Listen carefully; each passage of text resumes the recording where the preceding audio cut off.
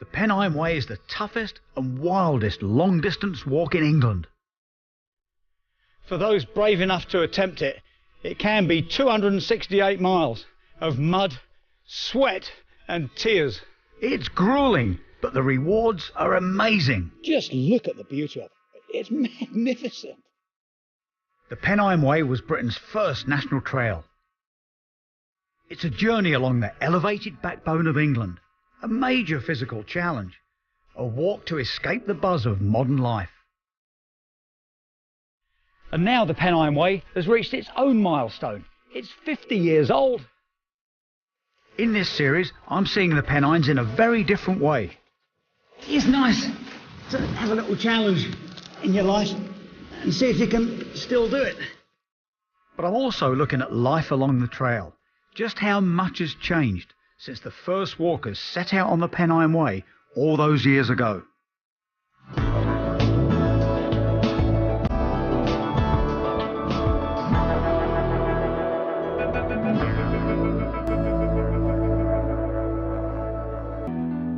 Before then, I've a few stop-offs planned, and I've reached the Cumbrian market town of Alston. This was once one of the richest towns in the Pennines, and its wealth was built on lead.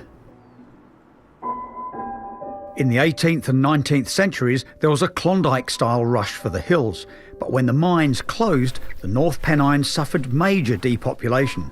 What's left is now a tourist attraction. Hey Pete, this is fantastic. It is, isn't it? This is great. As Britain became industrialised, lead ore was in high demand. So is this lead right here, Peter? Yeah, you can see the shiny silvery grey stuff on the rocks here, that's the lead. Yeah. And if you pick up a piece, you can feel how heavy it is. Yeah, all right. Oh yeah, of course, it's heavy. Yes. I don't know why I'm surprised. It is lead, it is lead right? after all, yeah. So imagine standing every day picking lumps like that, filling a mine wagon, hour after hour. Really tough old boys, aren't they? Okay, so now how do you get it out? Well, here we've got the drill, and you've got a big hammer to go with it. Good hammer, yeah. Good and man. There's a hole, put your chisel in, hit it with a hammer and keep going. Okay, yep. You have to keep turning it, yeah? That's right. Get the dust out by turning it. That's great. The mining fueled a boom time, but it was a perilous trade. The lead could only be hacked or blasted out of the rock. The explosives were effective, but often highly dangerous. Once it's gone off, all the explosive residue and a huge amount of dust in That's here. right, yeah, we've got gas and dust, haven't we, in the atmosphere? And you and I are breathing that in, and you're working in it for 8 hours. No ventilation, just... And working hard, so you're breathing hard. That's right, This stuff is going deep in the lungs. It couldn't have been healthy. Not at all. Life expectancy in the mine is about 30. 30? Mm-hmm. And the proof of the pudding is that if we unfortunately had an accident with the explosives when we were a bit younger, maybe we lost our eyesight, couldn't be a miner anymore, those guys live till they're about 80. The impact of the North Pennine lead bonanza can still be seen. And recent test drilling for zinc shows there remains an appetite to try and chase down the mineral wealth left in these hills. Mining in the North Pennines goes back centuries, but now I'm heading towards Hadrian's Wall, where archaeologists are going even further back in history. This is Vindolanda, an extensive Roman fort system, and they've been doing excavations here for over 40 years and have made some of the most important discoveries about what Roman life was like nearly 2,000 years ago. Of the many remarkable finds, one stands out. It's the Vindolanda tablets. Pieces of parchment bearing the writing of the Romans who once lived here. I mean, this place is huge. There are 9 forts stacked on top of each other, superimposed. They build one, the guys move out, knock it down, you guys come, build another one. But each time they do that, they seal the stuff underneath, and, you know, it's So amazing. you reckon you've got over 100 years' work left here? I will never see the end of the excavations at Vindolanda. Yeah. Well, I hope somebody does. The site reveals its secrets on a daily basis. Look at this, just the beautiful fine detail and the way it feels. And when it comes out of that muddy hole, it just seems to pop. Something very meaningful about getting these out of the ground, you know. It's not just a lump of old pottery you walk past, it just feels great. The most prized artefacts are the pieces of Vindolanda tablet. the oldest surviving handwritten documents in Britain that shed light on life at the edge of the Roman Empire. We've got men outside the fort writing to the fort saying, "We need more beer, we're running out of beer, where's the beer?" And we've got slaves writing to each other, writing lessons. And we've got centurions brushing up on their classics while sitting on the toilet. Everybody's writing. To take part in this community, you have to be literate to get the best out of it. And so they taught everybody how to read and write. And as we sift the soil, we make an astonishing discovery. Oh, you're joking. What is it? Well, hang on a second. That is a writing tablet. Oh! I'm not joking. That is an ink, part of an ink Oh, document. you're a good man. I nearly missed that, you know. So we've got about 10 minutes now to get this into water. Holy smokes, what do we do? Rupert, would you do me a favour? Would you run up to the top excavation shed, in the back room, find me a small plastic tub and bring it back within 10 minutes? Thank you. We can't see any writing on that one, that fragment. You see how thin it is? Yep. Very, very thin, slightly shiny. Yep, and that's wood. That's wood, and that's probably part of a writing tablet. It all seemed a bit theoretical, and all of a sudden, there we were. Andrew stopped us and goes, "That is a 2,000-year-old writing tablet." And it's a real stopper. Hey, thank you very much. Thank you. The tablet is placed in trench water to slow the decaying process. The fragments are small, but the story these parchments tell is huge. So how lucky were we to find that today? Very lucky. I mean, to be honest, we find a lot of tablets on this site, but in terms of Roman Britain as a general whole, ultra rare. We'll be lucky if 1 or 2 of these is found in the UK per year outside of Vindolanda, so it's very special to get one. Thank you, it's great having it actually on my hand. Well, yeah, you're holding in your hand there 2,000-year-old paper. That's pretty cool, isn't it? Let's be honest. I'll say, I just wish I knew it. It says in it, "Dear Mum, send more food." The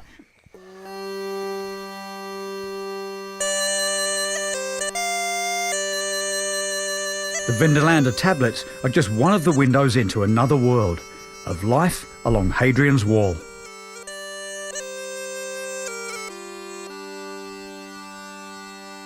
The Pennine Way follows it for 8 miles along the crest of the Windsill, the same hard rock I've seen earlier in Teesdale. This is a landscape that's inspired countless artists, including Catherine Tickell, one of the great exponents of the Northumbrian pipes. Catherine's family grew up near here, pretty close to the Pennine Way. My granny used to look out sometimes at the hill at the other side, and you could occasionally see hikers coming across. I remember my granny would always be, "Hey, there's some hikers." And it would be like, they'd come from outer space or something. Suddenly, "Oh, look."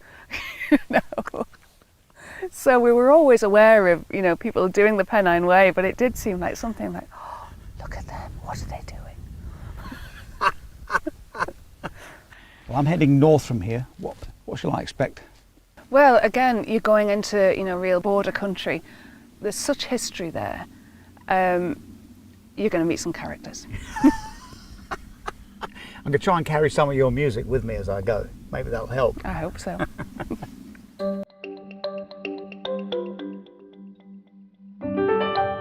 This stretch was one of the favourite sections for walking guru Alfred Wainwright. With all the ups and downs, it's tough going, but you do get some cracking views. But as I leave the wall behind, the open spaces disappear and trees dominate. These huge conifer plantations around Kielder were planted after the First World War, but they didn't please everyone. As Wainwright said in his guidebook, these trees have been planted so close together, they're living the lives of battery hens. It's a great line. Now there's much more thought about planting other native trees, which provide cover for one of our rarest creatures. In this quiet wood, there's a battle being fought, and what's at stake is the future of one of Britain's most iconic species. This wood, close to the village of Bellingham, is the front line in a bid to stop non-native grey squirrels encroaching on red squirrels' territory. The greys live in higher densities than the reds and carry a virus which is deadly to their smaller cousins. Volunteers monitor the tree line, setting traps to catch the greys, which are then humanely dispatched. It's a drastic measure, but numbers of reds have fallen dramatically. 50 years ago along the Pennine Way, that had been a much more common sight. The early Pennine Wayers would have seen quite a few red squirrels, but not anymore. I've been waiting hours just for this one. We've lost a lot of the dark sky, so really these places are becoming quite rare, quite far and few between, if you like, and they're really important to try and preserve them. On a clear Northumbrian night, upwards of 2,000 stars can be seen with the naked eye. Use a telescope and the sky reveals its true colours. What do you see, Paul? I guess thousands of needles of light is the best way I could describe it. Yeah, that's not a bad description, yeah. I mean, these are up to 1 million stars, Wow. just like our sun, Wow. bunched together under the force of gravity. Yes. And we call this a globular cluster. And how far away is it? Well, that's a long way away. That's 25,000 light years away. It's still part of our galaxy, still part of the Milky Way. But you're talking about a very old object as well, but these look spectacular, these kind of objects in a dark sky. They do shine a bit like diamonds on velvet, don't they? This shimmering reef of stars is why this 572 square mile area is now the largest expanse of protected night sky in Europe. It's almost like you walk in, not just back in time to the original sort of the Pennine Way trekkers, but you're almost walking back in time through the universe, because of course we can see dimmer objects here. We're looking further back in time, if you like. We're looking further back in time of the universe. And it's just a cosmic zoo up there, you know, and there are lots of animals there to admire, and a great place to do it.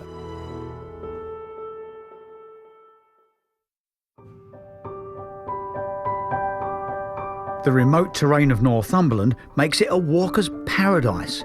But fall into difficulty here and you'll be relying on the Mountain Rescue Service to get you out of trouble.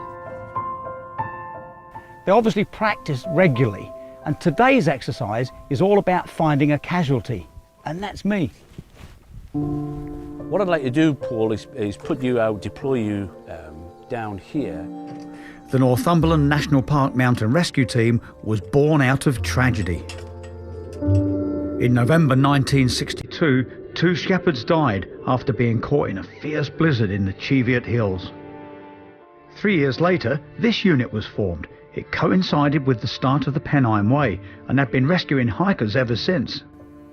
I've entered this valley, turned my ankle and taken a really bad fall on some small rocks down here. So it's a great scenario because this is the sort of thing that happens out here. So yeah, I'm looking forward to taking part, but I need to go get lost.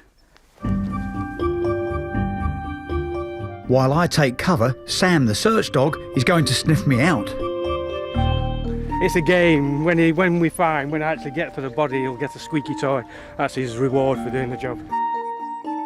But it's got to be fun. If you make it too serious, the dogs don't work. He'll go up and down until he picks up the scent, and then if it's at 90 degrees, he'll turn into the scent and just follow that scent right to its source. Oh, here we go. That's interesting. The dog comes, spots me, and runs back to get the handler. It's sort of like, oh, I've got it, and I'll come back again. And can you imagine, that must be the greatest sound in the world. If you're laying here having banged your head on this and injured your leg and lost and confused and in a real mess here, desperate for some help, imagine how that sounds. The friendly bell of a rescue dog and these experts coming to help. You know, it sort of emphasises that remoteness and wildness that we all love. Yeah. It's why we do this. Exactly. These are the big green lights for us, aren't they? Remote, wild, you know, you can get a real sense of adventure, but then the flip side of that is that when it all goes wrong, the adventure, the remoteness, the wildness, we don't want that anymore. I want a nice friendly dog and some good people to look after me. Kill you, Andrew. Kill your control. Go ahead, over. It's only by conducting regular exercises that the team can be ready for the real emergencies. It's all right. It's good. Paul, if you need that. I'm good. For more than 30 years, the volunteers have worked with RAF Sea Kings based at Bulmer on the Northumbrian coast. But the ageing choppers are being replaced by a civilian rescue service based at Humberside Airport. The new helicopters are faster, more advanced and better equipped, but they're further away. The mountain rescue teams will remain a vital part of dealing with any incident on these fells. The earlier days, I don't go back that long. Call-outs on the Pennine Way may have been far and few between, but now they are a regular occurrence. So our development over those 50 years along with that has meant that the Pennine Way, or this stretch of the Pennine Way, is certainly a safer place for walkers. And there'll be people round here today who will be thinking every day, thank heavens, for mountain rescue time. I'm sure there are lots of people who complete the Pennine Way, or rather didn't complete the Pennine Way, are sat at home or often think, well, thanks for the mountain rescue. Yeah.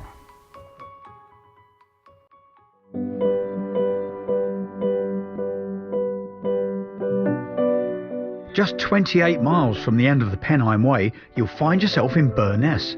It's a remote former Forestry Commission village and is the last place on the route where you can get a bed.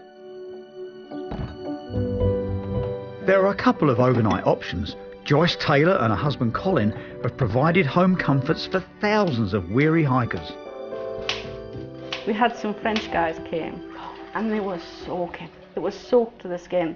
And we got them in the conservatory and we said, take all your wet gear off and we'll get it in the drying room for you, get it dried for the morning. Great. And so they started and they took their wet gear off, they took the waterproofs off, took the jumpers off, took the shirts off, and then they started taking the trousers off. And I said, whoa, stop there. And he goes, oh, but my underpants are wet. And I said, and they can stay wet. No, go to your room for that, not here. See, that's the French for you, I think. They were very French. But they were lovely. They were ever so nice guys. That's what I say, and I enjoy it.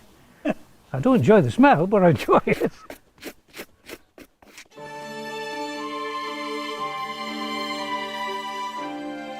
Plenty of boots have marched across these hills, and this flag is a clue to what type.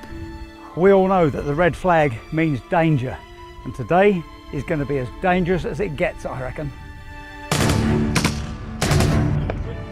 The route passes close to the army firing ranges near Otterburn, a place that's been bombed, blasted and blown up for more than a century. Most of the time it's out of bounds to hikers, but today I've got special permission to be here, and with live bullets being fired, I'm taking a few precautions. It feels very heavy, very hot, but I'm pretty sure this is apparently for flak, and this is the bit I care about. This is a metal armoured plate which will protect my ticker, and I guess all the other bits and pieces can just look after themselves, I suppose. All that most of us see is a huge great red flag and a sign that says do not come in. Yep. But you know what that means? Yeah. We want to be in there. Yeah, well, a sign to say don't come in here will only mean one thing, isn't it? There's something interesting going on in there. It sounds very appealing for somebody to want to come and have a look at it, but for me it's all safety related, because there's a lot of unexploded ordnance in there. It's a dangerous area and we need to manage it accordingly. The ranges take up 1/5 of the Northumberland National Park and are shared with 30 tenant farmers. So with all this weaponry being fired, how does the army keep the peace with its neighbours? We will be literally firing artillery into a given area, and that'll include Apache helicopters, fast air, whatever we want, machine guns. We'll move the livestock, we'll then conduct the military activity, we'll then turn the military activity off, and then the livestock will be back in there and a farmer on his quad bike with 2 dogs. Thousands of British and NATO soldiers have honed their fighting skills on these hills, and today they've got a new recruit. I'm on exercise with the Grenadier Guards. They're going up the valley to take out the enemy. And I have a feeling things are about to get a little... Ah, there we go. And the thing is, this is live ammunition. This is a live exercise, so glad I've got my lid on. Valley, where are you? Double! With 90 square miles of land, all sorts of battle scenarios can be played out. The team are moving up the valley, but above them here there's a machine gun firing just over them, and these guys are firing here, and just over here are some snipers as well, so all this live firing suddenly feels really close. The instructors guide the machine gunners, but in this little firefight, the bullets are only going one way.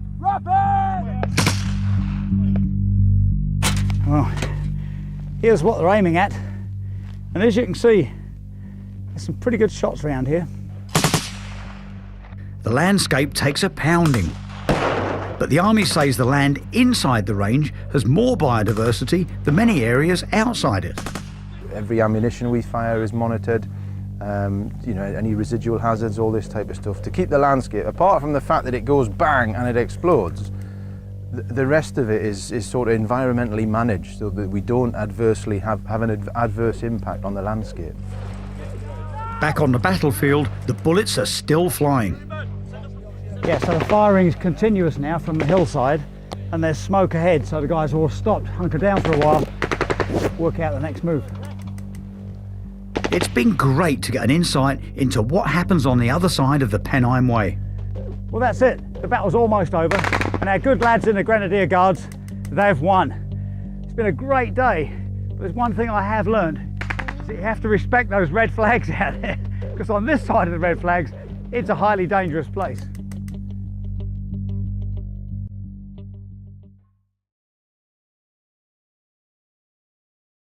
The end of my journey is almost in sight, but one major obstacle stands in the way. The Cheviot Hills are more than 2,000 feet high. They're a test for any walker and a fitting finale to the route.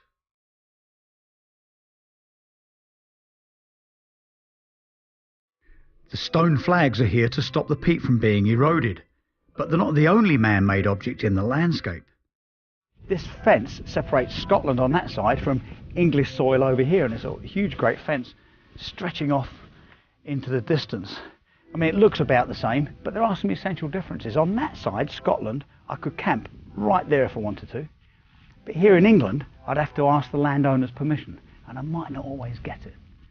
But still, we're all enjoying the same great views, aren't we? And I'm not the only one taking in the spectacular scenery. All right. All right, mate. How you doing? Fancy seeing you here. Where have you come from? I just come from over there. Jimmy Robley has just done all 268 miles of the Pennine Way, and now he's on his way back. It's a brilliant walk. I mean, it's different. It's totally different. You know, there's no snow-capped mountain, but it's absolutely, you've only to look. Look at that. You're not going to find that anywhere. Jimmy tells me he was born close to the Pennine Way in Yorkshire, worked on it as an adult, and in his retirement he's walking the darn thing, and he's come prepared. Yeah, I'm totally self-sufficient, like, you know what I mean? I have everything in here, even a bottle of red. Jolly good, man. But I can't show you because it's right at the bottom at the back, like.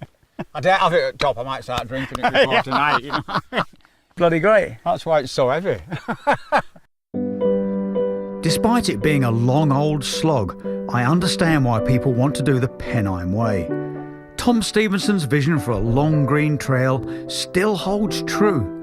Walking through some of Britain's most wild and remote scenery is simply liberating. Yeah, this looks like a good place to stop. What are you telling me? Wow. Padgett Lazari looks after the last bit of the Pennine Way on English soil, and he's convinced the route remains the same challenging test that Tom wanted.